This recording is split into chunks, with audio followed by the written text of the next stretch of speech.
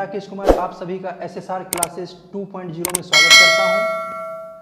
आज मैं आपके सामने एक नया topic ascending orders and descending orders लेके आया हूं।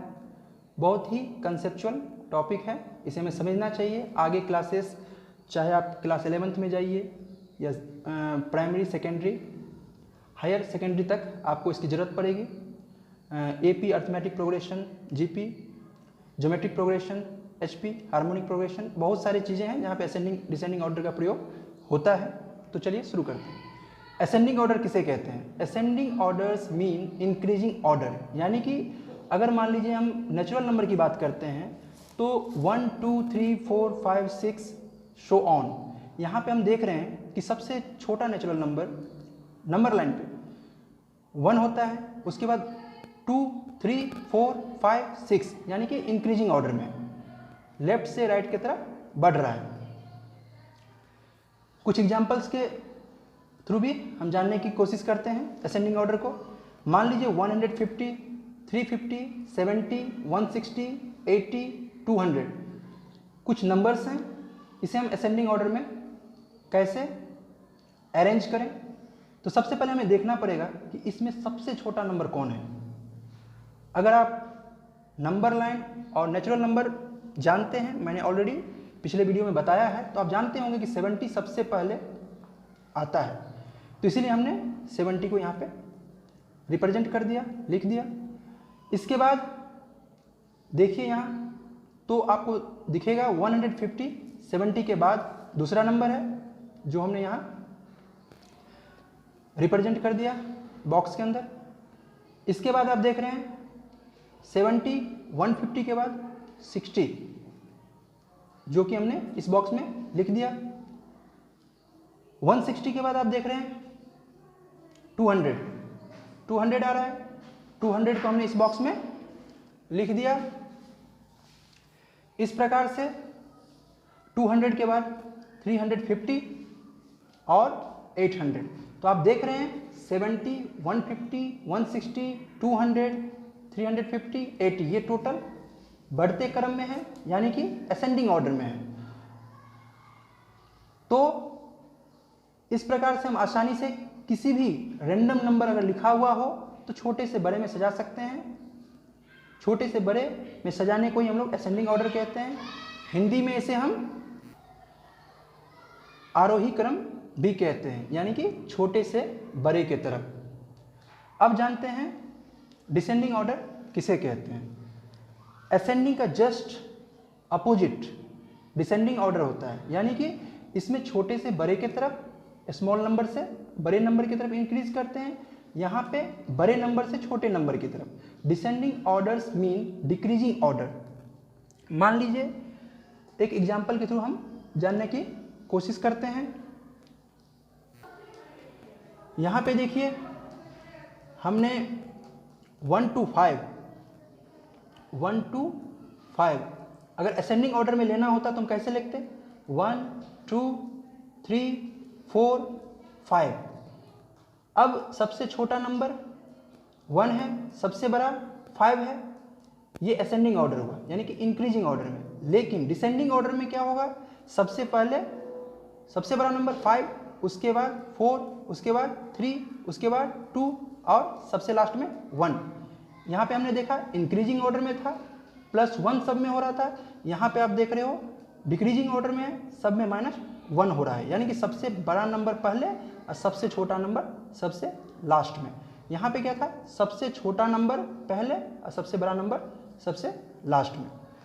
ऊपर वाले एग्जाम्पल को ही हम डिसेंडिंग ऑर्डर में भी देखेंगे।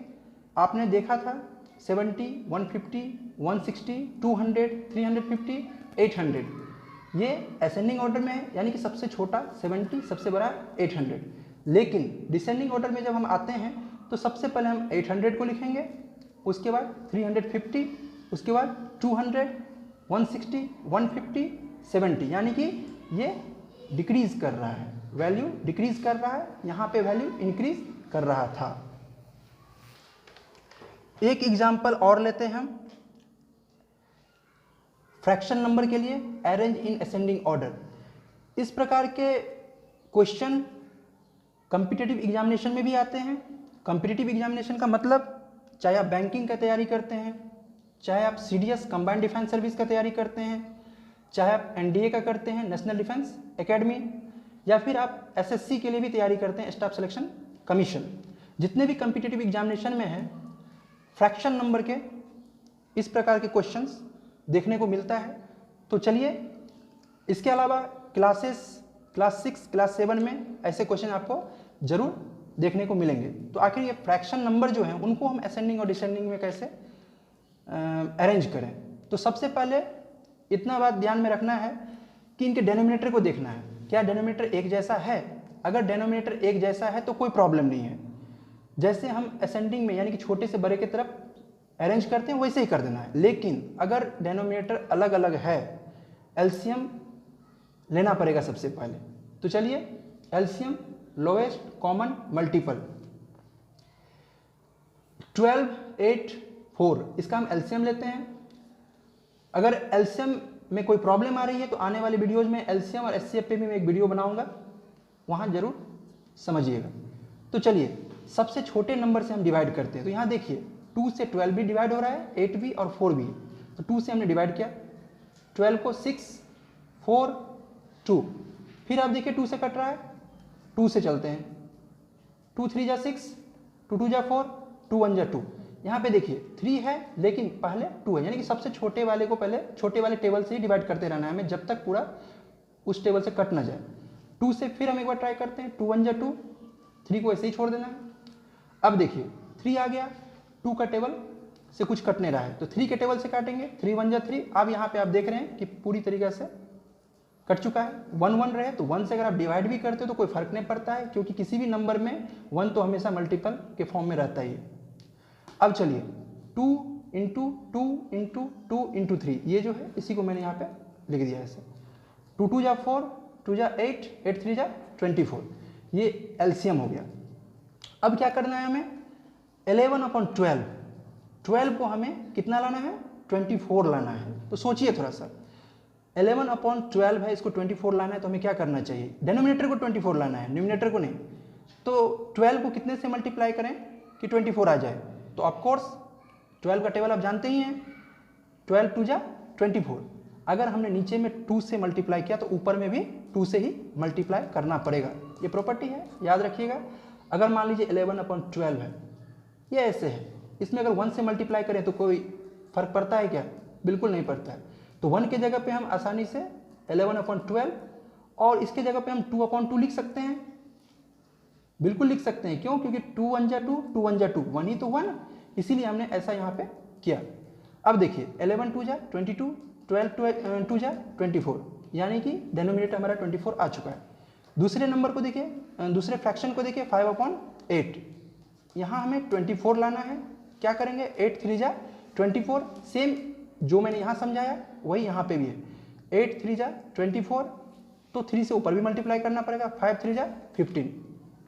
3/4 फ्रैक्शन है, नीचे डेनोमिनेटर हमें 24 लाना है। तो क्या करेंगे, 6 4 जा 24 या फिर 4 6 जा 24, नीचे 6 से मल्टीप्लाई कर रहे तो ऊपर भी 6 से ही करना पड़ेगा।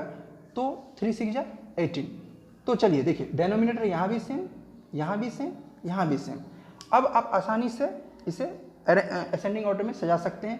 तो आप बताओ 15, 18, 22 सबसे छोटा इसमें कौन सा है, तो ऑफकोर्स 15। चलिए इन तीनों में एक तो हो गया, 18 और 22 में कौन सा छोटा है, तो 18, और सबसे लास्ट में 22। इस प्रकार से हम फ्रैक्शन को भी असेंडिंग ऑर्डर में आसानी से अरेंज कर सकते हैं। अगर आपको ये वीडियो अच्छा लगता है तो लाइक और सब्सक्राइब करें। तब तक के लिए जय हिंद।